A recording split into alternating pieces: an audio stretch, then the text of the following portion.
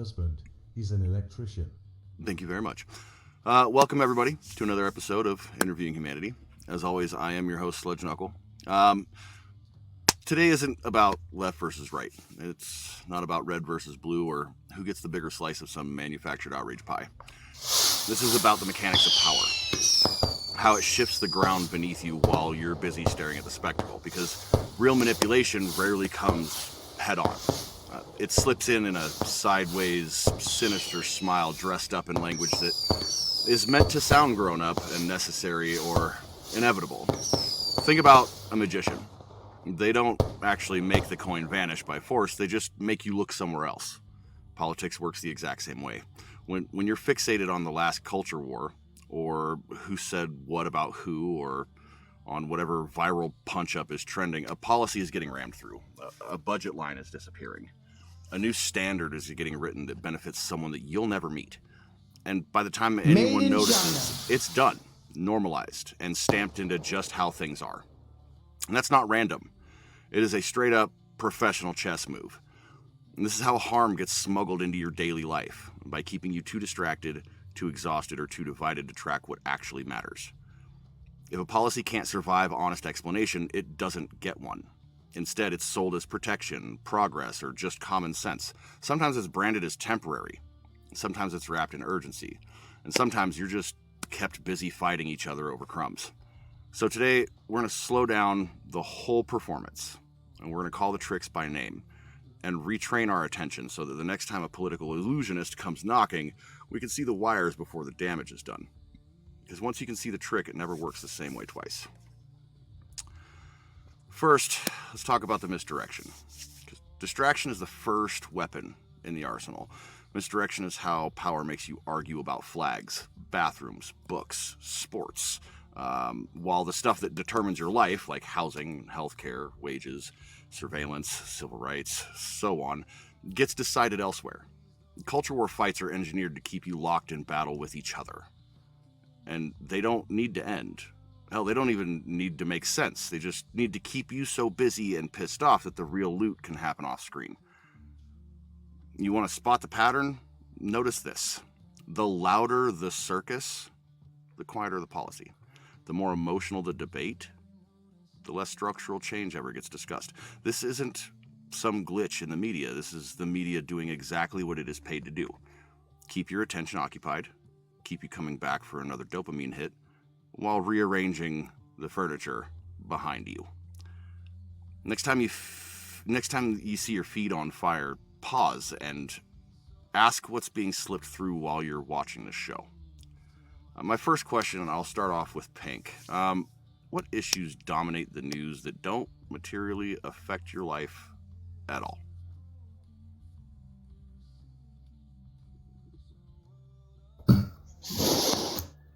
I gotta say, because of where I am on the economic spectrum, I feel directly impacted by many of the things that I'm seeing the headlines for.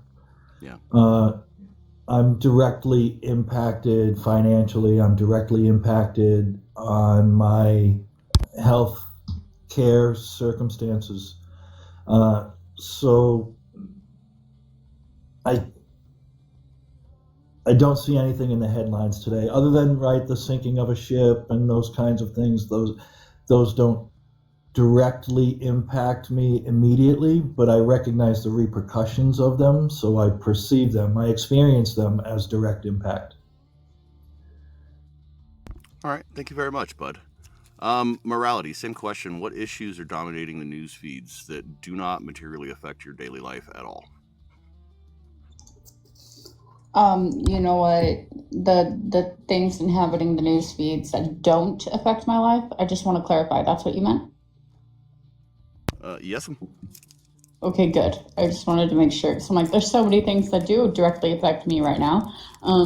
But yeah, I mean, I see the things that don't directly affect me. I see how they're trying to, like, distract us from this or that. Like, they put inside the news down here that a helicopter fell and harmed 3 people inside Arizona because it was 3 people from Oregon. And it's like trying to distract us with all these weird things when some serious crap just went down. like they're talking about the weather and the snowstorm so heavily, and then they'll mention like 2 minutes here or there about how we just stole a world leader, and are probably going to go into WAR. So yeah, no, I see exactly what you're saying. 100%. Yep, directing the narrative. Thank you. Nan, what decisions that you have seen never make headlines? Oh, just about anything with unhoused communities. Anything that really takes people's rights away oftentimes gets glossed over. They don't really want to talk about it.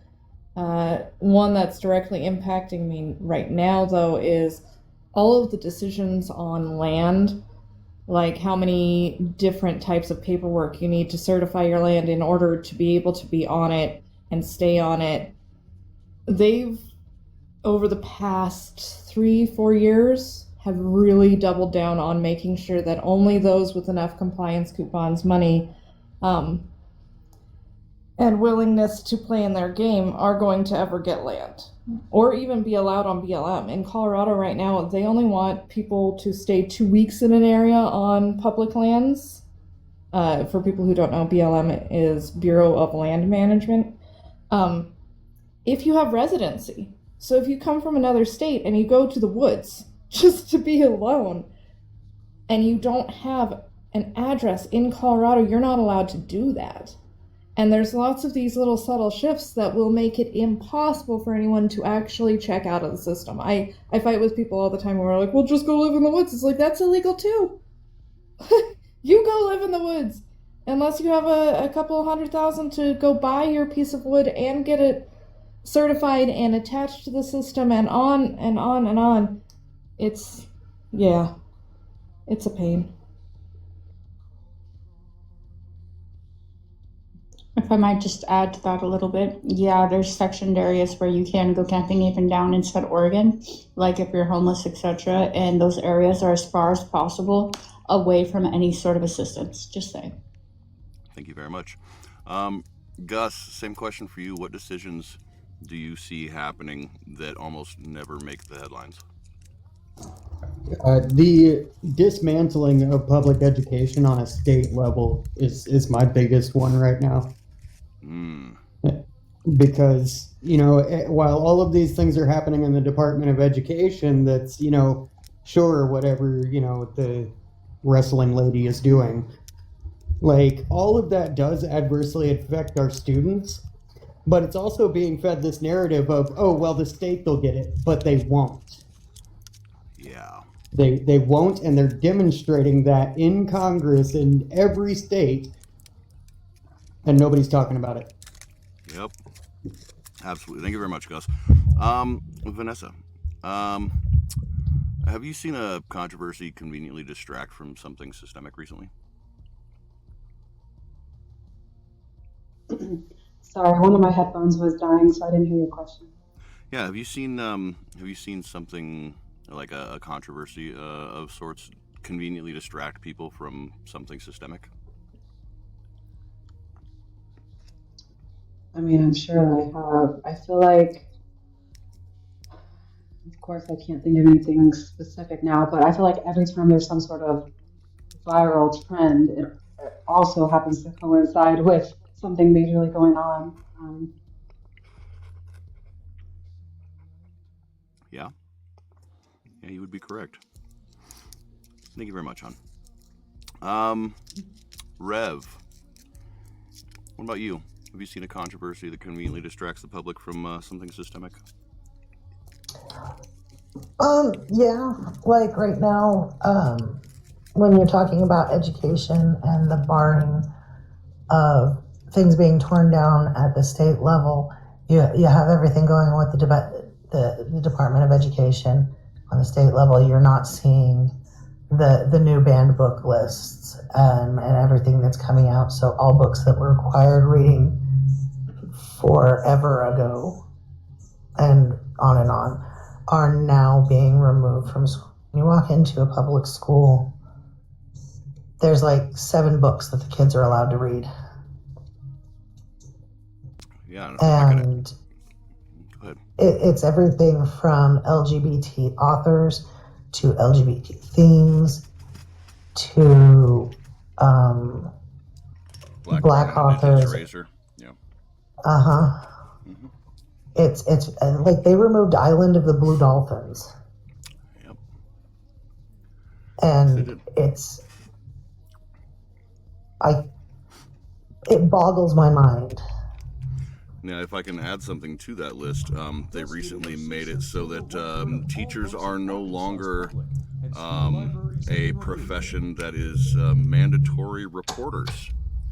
Right before starting having conversations about holding 14-year-olds accountable as adults. I'll just let that one settle. Oh, Buff, thanks for coming in, man. Question for you. Who benefits when everybody's too fucking emotionally exhausted to care about policy changes? Who benefits the most when nobody cares about policy change? When everyone's too emotionally exhausted to care about policy change. Well, when everyone becomes too emotionally exhausted and doesn't try to get policy changed, then, I mean, obviously, in my opinion, the colonizer wins. White supremacy wins.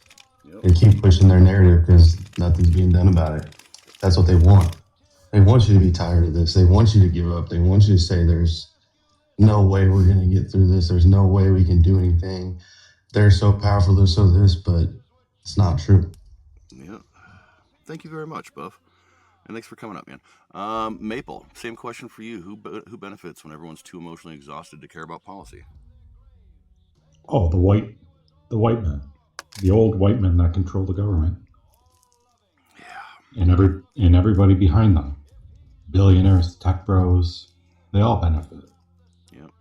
Fucking Nazis. Absolutely. Thank you very much, bud. So next we're gonna bring up the next portion of this, which is reframing, which is where they use the same harm but give it new words. So words aren't just style in politics; they're a camouflage, a way of sneaking things in without you noticing.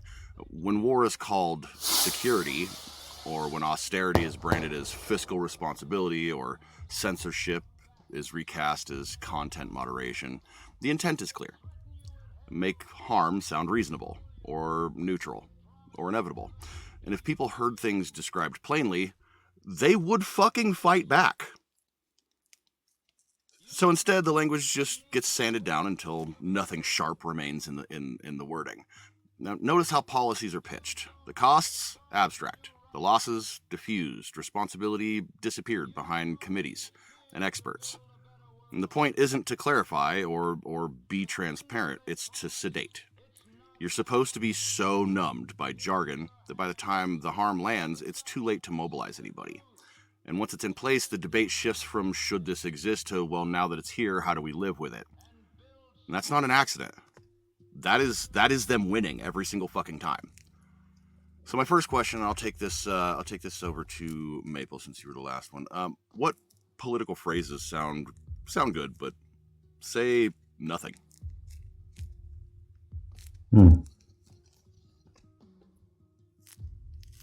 Canada first.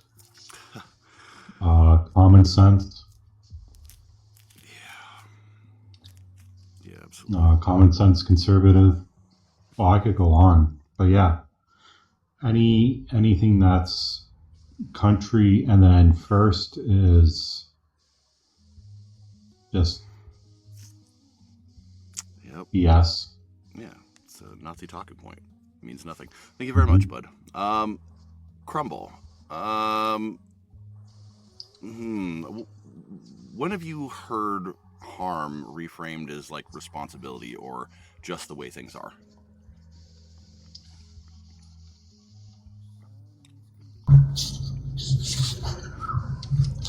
We need to take it back to when we were great. Yeah. That to me is the most harmful rephrasing, because what they mean is we need to take it back when we had all the control. Yeah, absolutely. Thank you very much. Buff. Same question. I'm gonna spin off of hers. I mean, the biggest one to me is, this Make America Great Again. And when that started, my first question before I even got heavy into all this on TikTok was, when exactly was America great? Was it when you gave indigenous people their rights in 78, the people of this land? Was it when brown people in the black community were fighting for civil rights in this land? Was it when we were able to vote as natives in 1920s? Like, when exactly are they saying make America great again? When was it great? Yeah. They're meaning to say make America white again.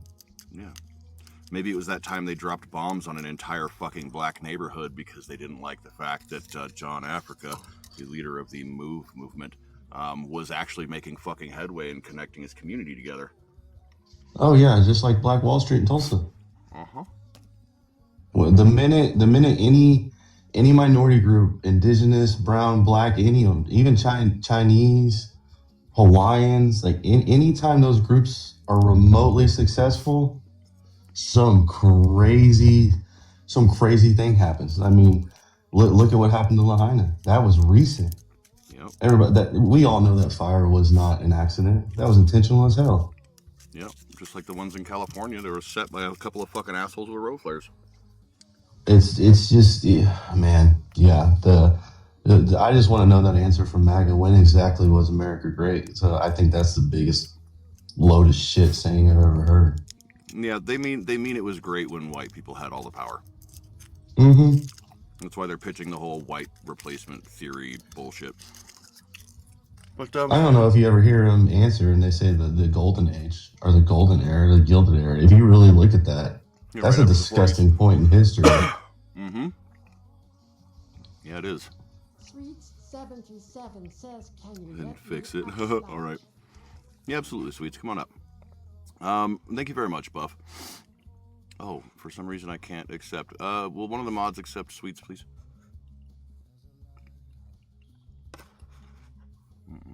She isn't showing up for me.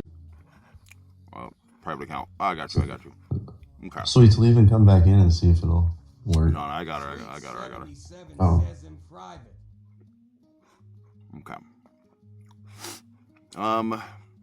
Yeah, Sweets. Same question for you, and then I'll go to Vanessa. Oh my God. What's when have you heard harm reframed as responsibility or just the way things are? Illegal alien. Ugh. Illegal alien is so harmful, and it diminishes humanity and its erasure of everything that's been built by other people. So, illegal alien is just vilifying people. Absolutely. There is nothing that is illegal about being a human. Thank you very much, Sweets. And you drive a very valid and not often talked about point. The fuck is an illegal alien? Anyways, thank you very much. Vanessa, what buzzwords make you drop your guard? What do you mean by drop my guard? It makes you trust it so that you don't look for answers in other places. What's a buzzword that draws your attention and keeps you from looking at the hand that isn't being presented?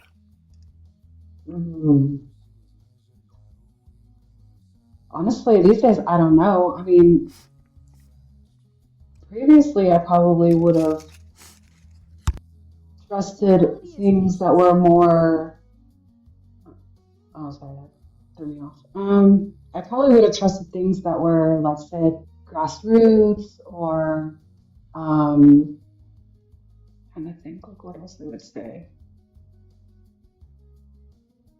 Like, when it focuses on certain communities that we talk about here, like if it said, you know, indigenous or even back in the day with BLM, like I think I trusted that more at that time. I don't think I do that now. I don't think that there's any specific buzzword that I trust. Thank you very much. Thank you very much. And yeah, those were buzzwords I used to trust too, till they got co-opted. Thank you very much. Gus, same question for you. What buzzwords make you drop your guard?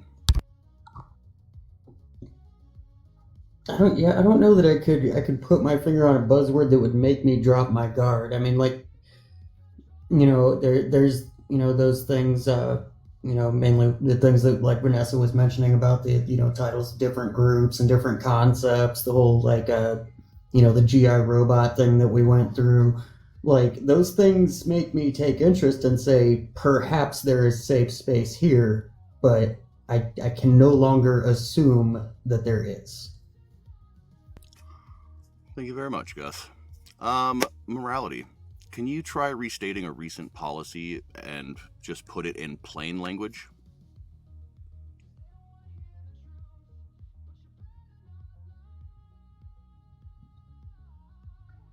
Could you give me any of the other questions right now? Because Yeah, I like to do it word for absolutely. word, and I get super meticulous about this, and my OCD is not my friend today. Absolutely. What buzzwords make you drop your guard? Well, I put stimulus in the chat. The one I really liked earlier is when you guys were talking about MAGA, like different words that are supposed to mean something good but aren't. And I wanted to answer because I'm not a MAGA. I'm just gonna say that right now. But Buffalo, you're like, why are they saying like, when was America great? It wasn't great. Coming from another native, it wasn't great. That's the point. They're talking about when America was considered one of the greatest quote unquote nations, and why? Because of war attributes, correct? Because of moon boomings and unalivings. Literally what Trump promised to do is what he's doing, which is effed up as hell. And apparently everyone was too dumb to realize that voted for him, that he was literally telling you that he will bring you back to an era where America was considered great. And that's an era of war, like the world wars. Let's go for number 3, guys. Who do you think's gonna win? At this point, might as well put him bets. No one will win. No. Thank you very much, Morality. And Pink, can you try restating a recent policy in plain language? And how does it sound after it's been restated? I'm pulling my hair out, going all the way back to education and literacy and the tools of communication that we use in language and how we're manipulated through it. I actually did a post on this regarding an executive order that talked about unleashing law enforcement on the streets of the United States. And as plain as that language is, the comprehension of its meaning seemed to have been lost on anyone that wasn't in their rational mind. Right, these things that I've been witnessing since Pam Bondi first stood behind the podium are direct threats to the citizenry and population of the United States. And now we have direct threats from the President of the United States to the entire world from the podium at the UN.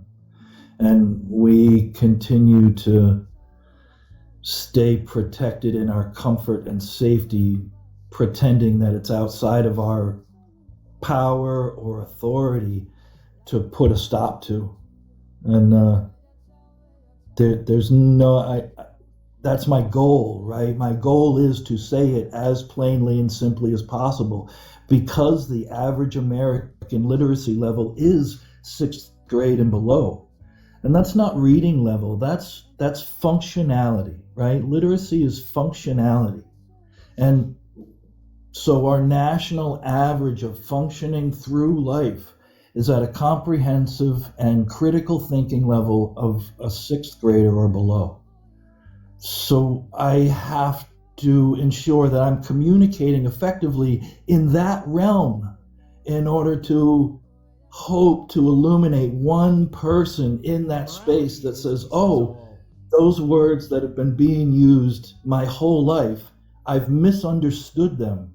And because I've misunderstood those words, my practice of these behaviors has been false and harmful, and right? So this is where I am. When I see executive orders that say unleashing law enforcement, I'm hearing direct physical threats to my neighbor and myself. It's a a really good example. I was hoping someone would bring up the Executive Order 1411, 1431. I don't remember. It's ending crime and disorder on America's streets. Thank you very much. Yeah, if everybody could go ahead and tap it up, we're sitting at 28K. It's already been an hour. Thank you very much, Peg. That's the one I was going to bring up, Sludge, is that one that you're talking about, military on the street. Yeah, ending crime and disorder on America's streets. It was an executive order that specifically targeted the unhoused around the country for the cruelty of sweeps and indefinite forced detainment. I'm gonna. Hey, Sludge. Hey, what's up? To this day, does anybody still know where any of those homeless people that got picked up went? Yeah, they're in warehouses and processing facilities on their way to forced detention labor facilities. Of course. Yeah. Shit we already said was happening. Nobody listened. Yeah. I'm gonna Rev, I'm gonna drop you real quick to get Feisty up here, and it's okay. Mabel? You All right. keep. Yeah, I'll drop. I'll drop. Or if you want to drop me. Good for, yeah. Peace. All right. Let's see. Get Feisty up here before I get. Yeah. Before I get started on this next segment, I'm gonna mute myself up and leave space for a mod plug from Small Feisty. Hi everyone. Thanks for hanging out at Sludge Knuckles Live. It's an episode of Interviewing Humanity, which is their podcast, talk show, mutual aid space. Sorry, I don't have my headphones on. And today the topic is political sleight of hand. As you all know, we appreciate you being here and joining the discussion. However, I am up here. I am up here to talk about how Sludge has been stuck in the fucking desert for the last week and a half, 2 weeks. Their bus broke down. They're in need of engine parts.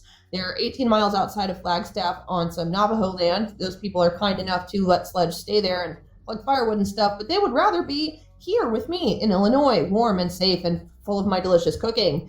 Hope they were supposed to get here by Christmas. It didn't pan out that way. So anyway, we are trying to collect every nickel and dime we can so we can get them these parts. They also could use money for people food, animal food, and diesel to make the bus go once it's fixed. They're Sludge Knuckle on all the payment platforms. Even $1 would help. If you can't do that, tapping is clapping, sharing is caring. If you know any other mutual aid folks, connect us up.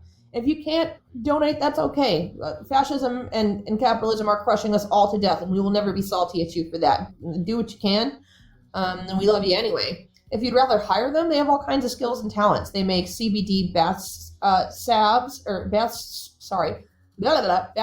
and massaging salves. I'm gonna stroke out. For intense musculoskeletal pain. You're not stronger than this stuff. I'm talking like cancer and fibro levels of pain. This stuff fucking works. You could also hire them to make a t-shirt for your band or a business logo. You could have them write you a script or edit one. You could have them write you a song or produce you a track. You could hire them as a consultant for harm reduction, mutual aid, community building, or turning your backyard into a food forest, which they used to have a business doing exactly that. So if you want to hire them, hit them up. Check out their link tree. They've also got a Redbubble store where you can get art prints of all of their fabulous digital art that they make. They're multi-talented and multifaceted. So if you want to hire them, do that. Otherwise, thank you for being here. Thank you for giving a shit. Thank you for participating in the conversation. Thank you for helping your neighbor. And thanks for supporting Sludge and the Live in general. But yeah, we appreciate y'all. And even a fucking $1 is so fucking helpful. You have no idea. So I'm going to drop their CA in the comments. Again, it's Sludge Knuckle on all the platforms. And with that, I think I'm going to go back to bed. Thank you very much, honey. I'll go ahead and drop you down. I love you so fucking much. I'll call you after I'm done with the live. I love you too. I worship the soulless redheads.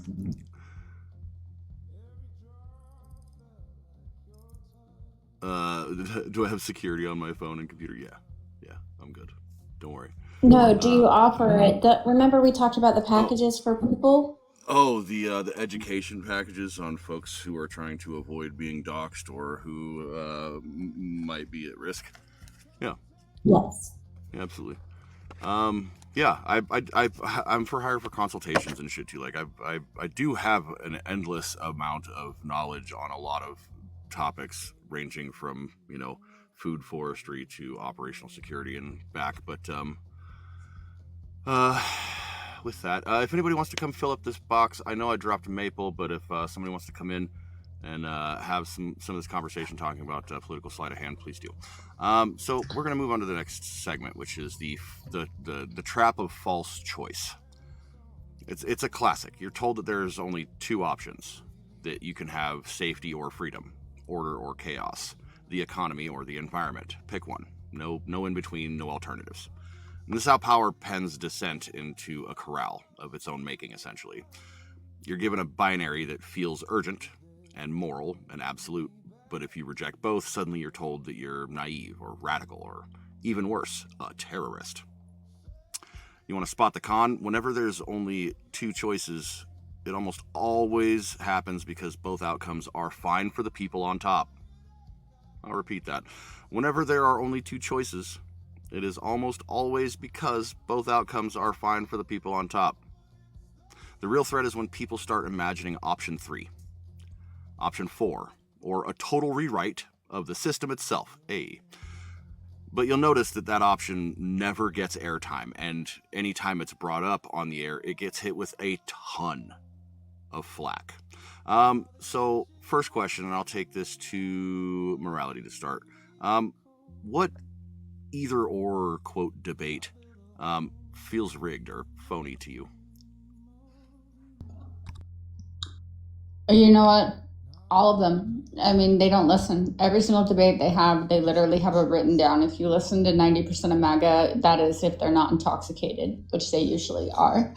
They're reading a script, and they're reading it to you very point blankly. And anything you have to say, they will just repeat the same thing over and over and over again. Every single debate, every single thing is rigged. That's the whole point, is because all they know how to do is gaslight, manipulate, and F with people. It's part of the reason why they're the problem.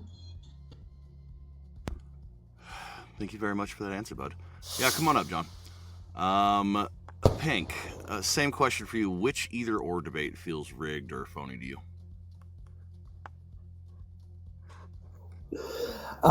So I have suspicion over any dichotomy. I'm a recovering Catholic. I'm agnostic, and so my critical thinking was robbed of me for a large portion of my life. Now that it's been restored, I don't fall prey to any dichotomy. As soon as I see an either or question, I ask, why is it only either or? It's a good question to ask. That's always a good question to ask. Why? Thank you very much. Gus, have you ever felt pressured to choose between two options that you didn't want? I mean, that's just life as an American at this point, isn't it? I mean, even down to like our consumerism. Are you a Ford or a Chevy guy? Or you want Coke or Pepsi? You know, like, and every way we constantly are encouraged to think in binaries, and especially by political propaganda, which is why, like, you know, that whole thing with MAGA having issues of not understanding that there are people out there who don't like them and are not liberals. It blows my mind. Thank you very much, bud. Sweets. Same question for you. Have you ever felt pressure to choose between two options that you didn't want? All the time. Trying to pick which scenario, but I guess for this discussion, between the lesser of two evils is what they always say, but it's all the same evil. But we're forced to, like, if we want a voice in our state or wherever, it has to be two choices only, and that has to change.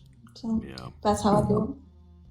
Thank you very much. And you know, I'd like to tack on to that one because one of the dichotomies that I've heard a lot is no vote, no voice.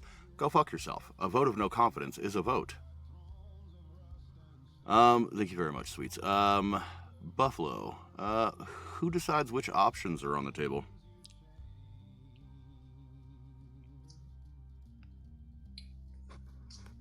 Who? I mean, to me, yourself. But I mean, you know me. I don't believe in government. Period. So you decide yourself. I don't think anybody should be able to tell you what to do.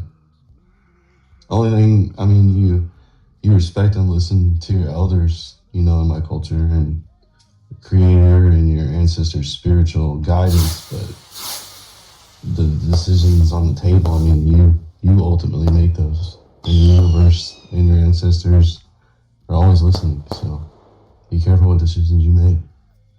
Absolutely. Thank you very much, Buff. Vanessa, same question. Who decides which options are on the table? I feel like it's corporations, billionaires, tech bros, freaking rich old white men who like to do bad things with children, basically. Yeah. Thank you very much, Vanessa. Now, this next question, I'm going to have John and Crumble answer first, but I want everybody to throw something into this answer. What's a third choice that never gets mentioned, and why? John?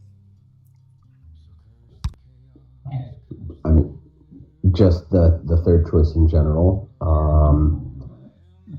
Politics, any sort of a third party candidate, and that's because I'm going to get the terms wrong. The DNC and the GOP exist outside of the government. They are private entities, and they have a monopoly on holding even basic things like the national public debates.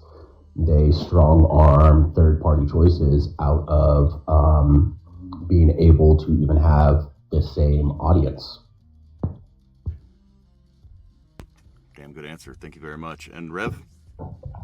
So in Oregon, we have, I think, 15 parties to choose from, with candidates from the Working Families Party to the American Socialist Party to the Democratic Socialist Party.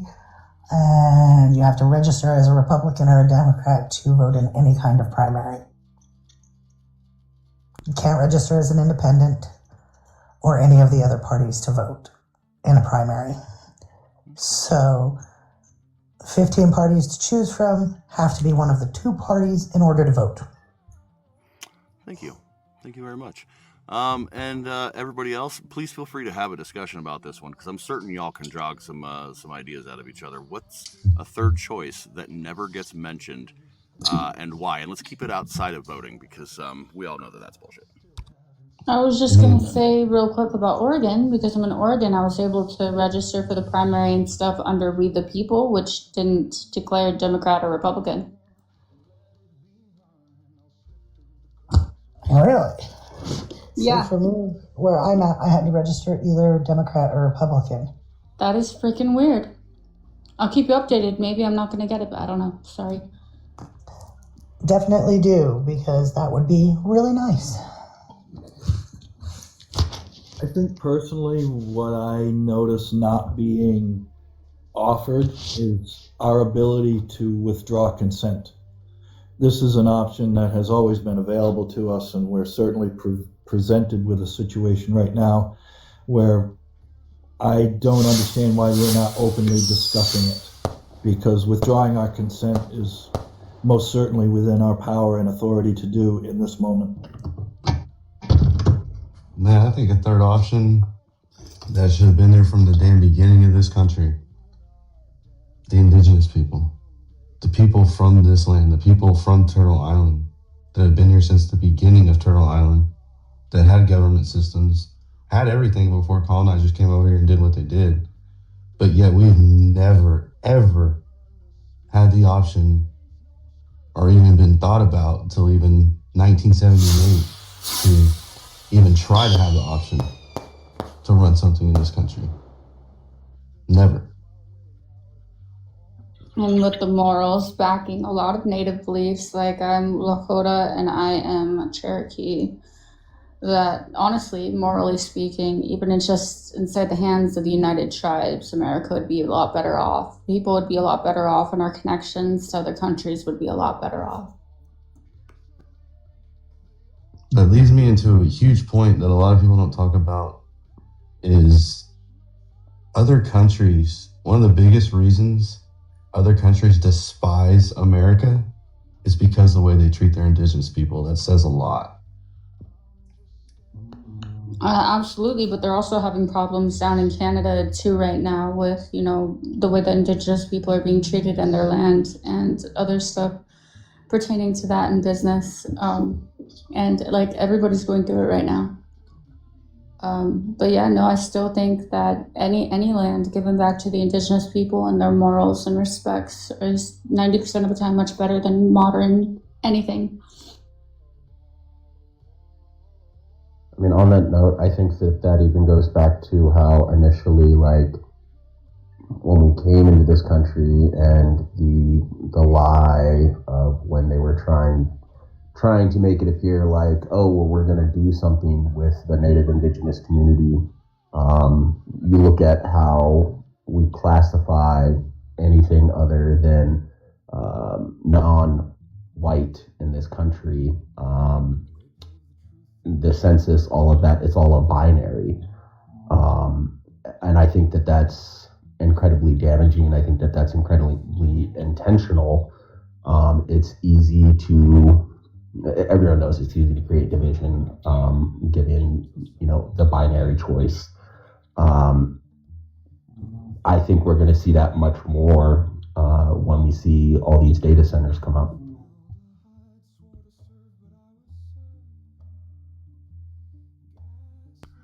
All right. Thank you all very much. Let's see. Nope, she took off. Okay. So let's talk about timing games. Timing is everything. Bad policy rarely drops on a sunny afternoon when everyone's paying attention. It usually sneaks in during a crisis or a holiday or a late night off-the-books session, or in the aftermath of a disaster. Urgency is manufactured in the media. We have to act now. So if you hesitate, you're called reckless or unpatriotic. Or sometimes those in power simply wait for outrage to die down, because outrage never lasts anymore. Repetition, it does the rest. Shock wears off. Yesterday's scandal becomes tomorrow's business as usual. The exhaustion isn't a bug. It's the system working as designed to manipulate the timing to get you to not care about it. Notice everyone gets pissed off for a day, maybe two. 7 million people march in the streets for a weekend, and everything goes back to business as usual. So my first question, and I'll take this to start off with Buffalo for this one. When has something major passed while everyone was looking somewhere else?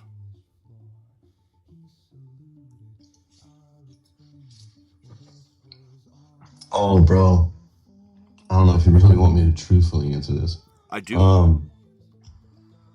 When the Lumbee tribe got recognition through that sleight of hand bill, like no other tribe ever in history did. Mm-hmm. Good example. Good example. Thank you very much, Buff. John, same question. When has something major passed while everyone was looking elsewhere?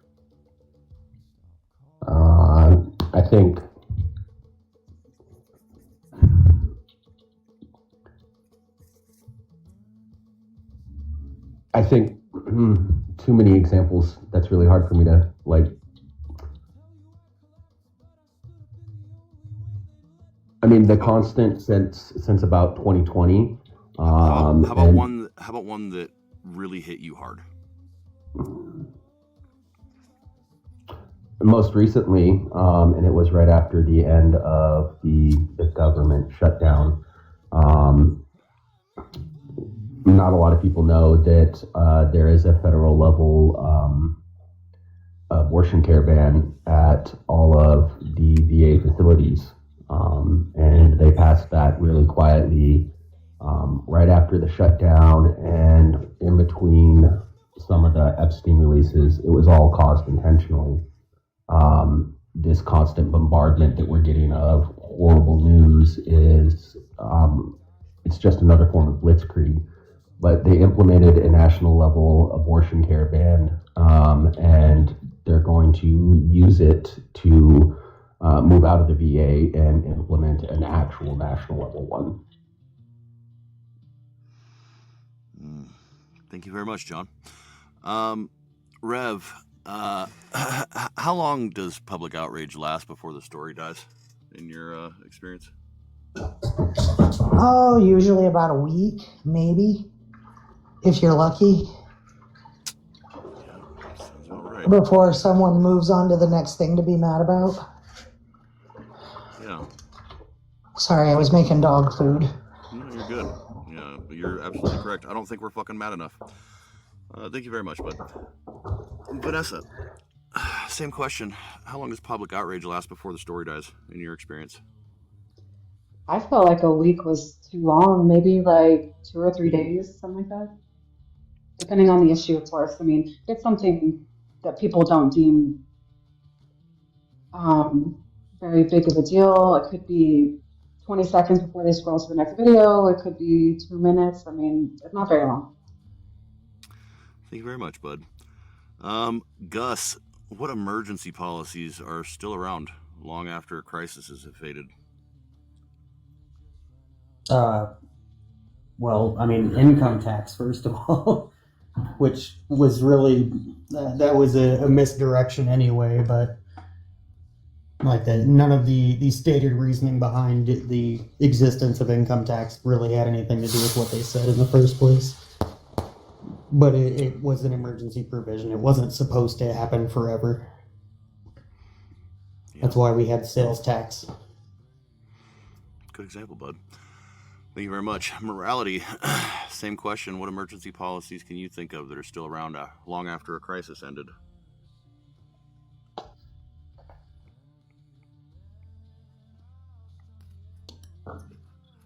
I mean, shit. After what happened recently, right, with Trump trying to end naturalized citizenship, trying to claim that that rule was only there to begin with because that it was outdated. That's what you made me think of because of that happening recently in court, that it was only for the people who had been brought there through slavery, that if they had been born there, that they had citizenship after they were released, which I think is freaking ridiculous because, like, it's just birthright citizenship in general. And if that's true and that's the only reason it was created, then it should have been amended. But I guess that's one of them that was brought up recently. Not that I exactly support it. Fantastic. Thank you very much. Pink, how has burnout shaped your own ability to resist or pay attention? Oh, that's a good one. Thank you. I have to be self-aware, right? And that means more than what some people may know. I have to become conscious of what my limits are, how to restore myself in areas that I'm drained. You know, I come to spaces like this to do some of that work. But burnout is something I have to be very conscious of all the time. and I have to know when to withdraw and do the grounding exercises that I've learned in order to come back. Thank Thank you very much, Pink. And Sweets, how's burnout shaped your own ability to resist or pay attention? I think through empathy, through my empathy, is trying to desensitize or destigmatize everything in a chaotic way that I just get overwhelmed and shut down. So I don't pay attention to anything. Yeah, that's about right. Thank you very much, Sweets. So let's move on to this final segment, the technically true lie, right? Some of the slipperiest political language isn't a lie at all. It's technically true, but functionally dishonest. You'll hear things like, no one's banning books. We're not targeting anyone. This policy won't affect law-abiding people. All technically accurate, all designed to distract you from who actually gets hurt and shut out or erased. And if you only check facts, you miss the setup. You have to check the framing. The tactic's been around forever. See Chomsky and Herman's manufacturing consent. But now it's been turbocharged. So don't just fact check the sentence. Make sure that you're fact checking the context behind the sentence. Fact check who vanishes between the words. My first question, and I'll take this to John. When have you heard a statement that was true, but something felt off?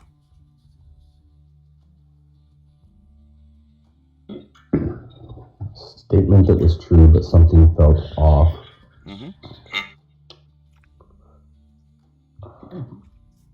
I think that some of the ways in which we are using like military and DHS operations, specifically in regards to the way that we're using them on our civilian population, it's basically been a defense sort of. From a military operation, we would call it probing is what they're doing. And they've settled on, well, we're only using the Marines or the National Guard to protect federal buildings or to protect DHS officials, which technically is legal. Technically, that's within their scope of law, but a bypart of that is that they're also using them because of that. They're assisting in law enforcement, which is very directly like we're not supposed to do that. Highly illegal. Yeah. Thank you very much, bud. Buffalo, same question. When have you heard a statement that was technically true, but something felt off about it? I know you got it. Man, Christianity. being native, in touch with my roots and where I come from, and the true stories that have been passed down thousands of generations, to where some native families are older than the Bible and than Jesus Christ is even thought of. And then it comes over here and tries to preach on our people, and when our people didn't listen, you unalived them as kids. So yeah, Christianity for sure. Thank you so much for a very apt and pointed response. I fucking love that. Thank you very much, man. Sweets. Same question. When have you heard a statement that was technically true, but something felt off? America first. Fuck. I know what that means. I know that means war. I know that means what we're doing is getting ready to be militarized and nationalized, and that's the statement. Yeah. Thank you very much, Sweets. Pank, who vanishes behind technically correct language? That's exactly what I wrote down when you first presented it. And it's where I get drawn into the language that's being used and how I'm being manipulated with it. The language we use causes the removal of humanity by referring to statistics rather than people. Right? When we hear conversations that lead to numbers, humanity is erased. And so, in the absence of words, all people vanish. All people vanish in technical truth, because there's no one above the prophet. That's another beautiful and apt and pointed response. Thank you very much, bud. Morality. When have you heard a statement that was technically true, but something felt off about it? Every single time my ex freaking gaslit me about something I just did, said everything that happened, but pointed towards a different cause and tried to manipulate my own mindset. The gaslighting that happens in politics every single day. Gaslighting in general, you know, society's new tool. Yeah, that's a good fucking example. Thank you very much. Use God as an excuse to be comfortable living at others' expense. Yeah, you're absolutely right. Gus, how do you challenge the framing of the way these things are put and not just check the facts? I mean, like in terms of, I think language is a big part of it. You know, making sure that we're saying the words of what happened and not of, you know, the generally colonist written or colonizer written tone of, you know, the things that we did through our own little lens. Like what I mentioned earlier, the word conquest. It's a comfortable word for unalive and infect. That's what it is. That's what you're doing. Let's call it that. We, you know, white people in particular, committed G-side and stole everybody's shit. We didn't conquer anything. It's not a win for anyone. I would agree. Thank you very much, bud. Yeah, Brandy, down with doublespeak entirely. Vanessa, how do you challenge the framing of the way things are put instead of just checking the facts? Sweet 77 says, can Brian come up? Oh, absolutely. If somebody wants to make space for Brandy, yeah, absolutely. How do I challenge the way that it's worded? Sweet 77. How do you challenge John. How do you challenge the framing of the way things are said, not just check the facts? Well, I mean, honestly, I try to use different ways of wording it when I research if it's true, because there's definitely plenty of times I see something and like before I share it, it gives me pause and I'll go and look and see if that's accurate. Thank you very much. I definitely try to rewrite how it's written just to see if it's actually written that way multiple times or not. Does that make sense? Yeah. Yeah, absolutely. It's trying to see if there's a consistency in the way it's worded. Yeah, exactly. Beautiful. Beautiful. Thank you very much. And Rev and then Brand. Rev, how do you challenge the framing of these things without just checking the facts?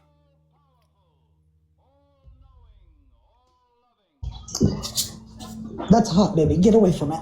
Okay. We're making dog food and the baby's trying very hard to help. For me, changing the framing or challenging the framing without checking all the facts. Baby, I know. Hold on. Come here. There we go. In Springfield, they're eating the dogs. In Springfield, they're eating the dogs. Thank you so much, Vanessa. Thank you so much.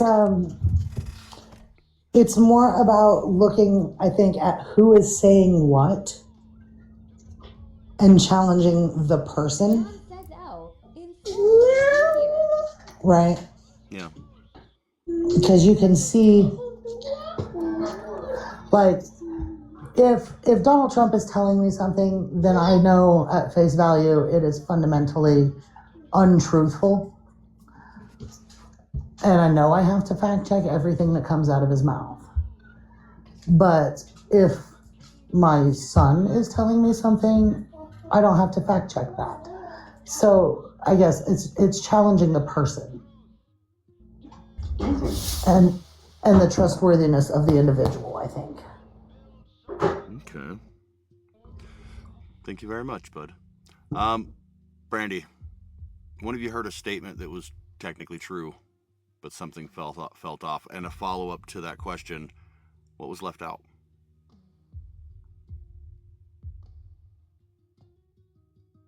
Liberty and justice for all. Where is that? Where is that for all? Who does that mean for? You know, like it's such a broad, I don't know. Come back to me. I'm still waking up. No worries, no worries. You are the last person in line, and this is the last segment. So if folks want to go ahead and discuss how you can challenge the framing of these of the way things are put into policy without just checking the words, please go ahead and discuss. Yeah, I'd like to hop in. So this is something I've had to learn over time and experience, right? I've had to learn how to trust myself, and I have to trust my intuition when someone is saying something that sounds technically true. Then there's a reason that they're using the technical framing rather than practical language, and that's my first alarm, right? And then it goes to the momentum of things and how we were talking a few minutes ago about the news cycle and the momentum of a conversation. You're very special. The momentum of a conversation and the momentum of life can pull me forward before I get an opportunity to address that confusion. So what I'm working on doing is interrupting that flow, arresting that momentum, and addressing that first point of question, right? Why did you say it that way? What is it that you meant? In order to, I have to hold people accountable for what they say and how they say it. I guess that's what it boils down to. Love that answer. Thank you very much, bud. Anybody else? You can trust the government. Just ask a native. Oh, I'm sorry. I'm sorry. It triggered my humor and I didn't deserve it. Oh.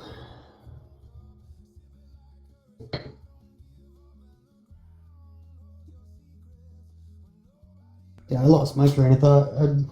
Yeah, that was yeah, that one hit deep.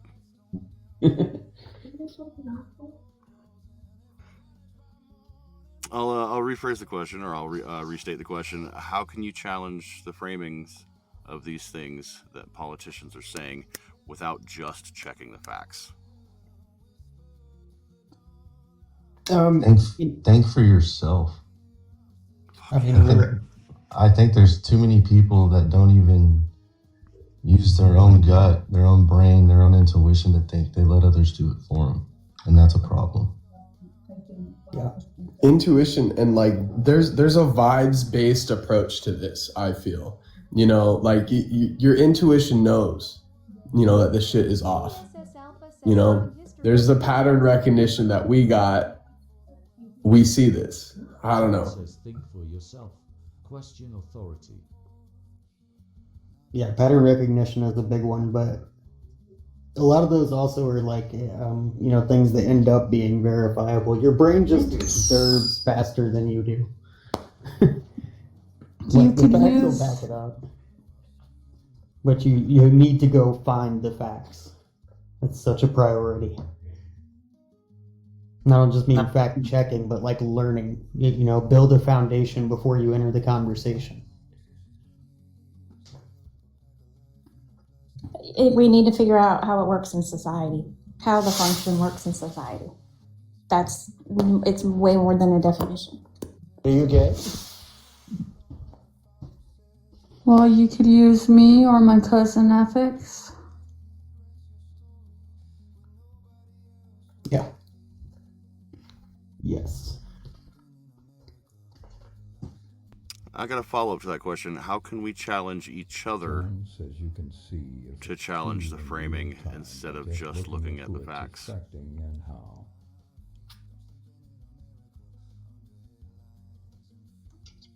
Start actually using the word connotation again. Talking about denotation, like the inner meaning of things.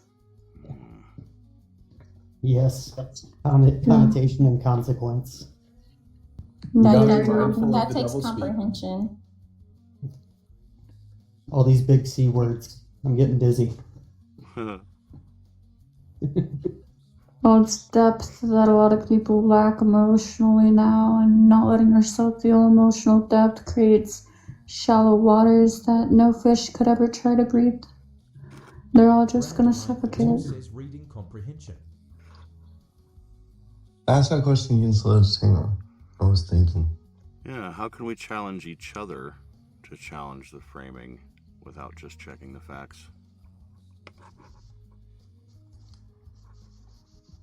I mean, I think a way you can challenge each other is remember your bloodline, your roots, and where you come from, where you truly come from, not the shit they make you believe. I think that's a good start for a lot of people. And if it's bad, it's bad. You know, but you accept that and you try to make a difference for the future of your bloodline so the same things don't keep happening. Because I get both sides. Like, just it's not as hard as everybody makes it sound. It's really not. John says You he's telling my adopted story. the deliberate language instead of using the disingenuous, manipulative language of the. Way to Wine 14 says mind the devil speak, hold each other accountable. Keep your listening ears on and head on a swivel. Be willing to learn something different outside of what you've been taught your entire life, because not everyone, but majority of people, especially within this country, have been taught wrong their entire life. Absolutely. All right, so let's put the puzzle together. Distraction keeps you angry and not organized. Alpha Eta Epsilon is Reframing their words hides harm behind goodbye. soft language. False choices limit your imagination. Timing games exhaust and blind you. And technically true lies let power dodge accountability. None of this requires a secret cabal. It just takes self-preserving systems and people willing to use the same old moves. You don't need a conspiracy theory. You just need to see what's in front of you and notice what isn't. So here's the part that they hope you never realize. You don't need a clearance badge or an Ivy League education to resist being manipulated. You just need to spot the pattern. Start asking questions. What's being hidden or soft-pedaled? Who's profiting and who gets the bill? Where's the language being messaged? What's the option that's never on the menu? Every time you ask these questions when they're speaking, you will weaken their fucking spell over you and of others. Education doesn't scare the powerful because it makes everyone agree. It scares them because it makes people unpredictable. Harder to herd. Harder to trick. Fuck, harder to pacify. Political sleight of hand depends on an audience that's watching the stage and not the strings. The next time you feel the outrage rising, stop and scan for the other hand. The one moving money, moving contracts, laws, or rights right out from under you while everyone else is shouting at their screens. Because power doesn't need you to believe. It just needs you to be distracted. And the minute you stop giving them that, the trick breaks and the curtain drops. And you can finally see what's been moving in the shadows all along. I'm going to go ahead and open up the panel for discussion here in a second. But before I do, I just want to thank the panel for coming up and having these conversations and helping us brainstorm ways we can get past this this trickery that is happening to keep everybody focused on fighting each other. And I want to thank everybody for coming to another episode of Interviewing Humanity. As always, I have been Sludge Knuckle, and you've been amazing. Panel is open. Go ahead and have discussions. So if anybody wants to come up or drop down, you are more than welcome to. Okay. I'll be keeping it open for about another half hour to 45 minutes. And then I got to go cut fucking wood so that I don't